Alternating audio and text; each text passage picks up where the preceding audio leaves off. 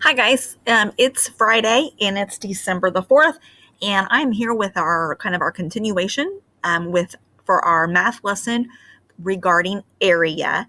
Yesterday I came to you and we talked about what area is, and we said that area is the space in the middle of a shape.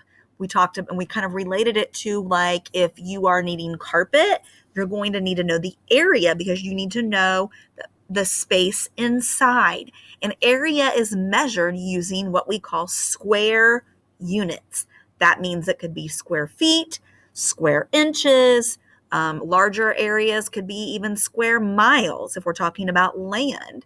So area again means the space inside. Yesterday, I talked to you a little bit about how to find the area when you have a shape that has unit squares.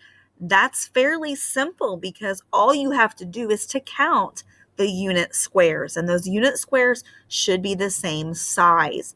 Once you've counted them, then that helps you to determine that area, like we did yesterday using our rectangles and the unit squares that we added and then removed. But sometimes it's not always that simple. Sometimes we have a shape like this rectangle and there are no unit squares. So what do? How do we find the area when we've got a shape but we don't have the unit squares? Well, in order to do that, you are going to need the dimensions. And that means you're going to need to know how long the shape is. We call that the length. And how wide the shape is. We call that the width. So you're going to need to know those two numbers in order to find the area. So let's pretend that this rectangle is our bedroom on a little bit smaller scale. Okay. And we're going to think about what the area could be if we know the length and the width. Let's say the length is going to be maybe 10 feet. Okay, so I'm going to kind of write that in there. The length is 10 feet. The width of our bedroom, maybe it's about 7 feet. Okay, so I put in our dimensions. 10 is the length, 7 is the width. In order to find the area, I need to multiply. I'm going to multiply the length times the width. 10 times 7. And we've been learning our multiplication facts, and that's another reason why we need to know them, because they help us to determine the area of different shapes. 10 times 7 is what? Pause this video and see if you can answer that question. If you said that answer is 70, then you were correct. And again, we would say that the area is 70 square feet, is how we would say that. 70 square feet. Okay, so again, we need to know the length and we need to know the width, and then we multiply them together in order to find our area.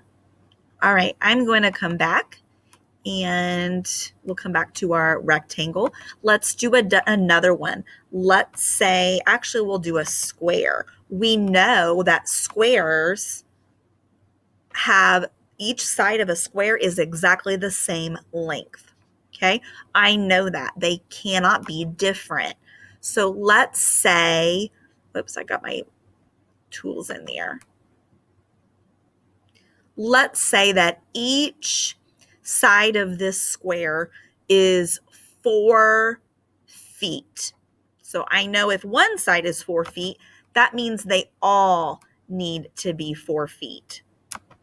And if let's see if I can erase this here, goes back to our other example. If I know that each side is 4, that means the length is 4 and the width is 4. Let's think about how we would do that. There we go. Good enough. Okay, so the length is 4. The width is also 4. So again, I know that I need to multiply my length times the width. If you said that it was 16, 4 times 4, again, I can count by 4 times, or I can add 4 plus 4 plus 4 plus 4. I get 16. And I would say that it's 16 square feet. And that's how I would determine the area of that square. So hopefully this helped you to determine the area when you don't have unit squares. We just need to use our multiplication skill.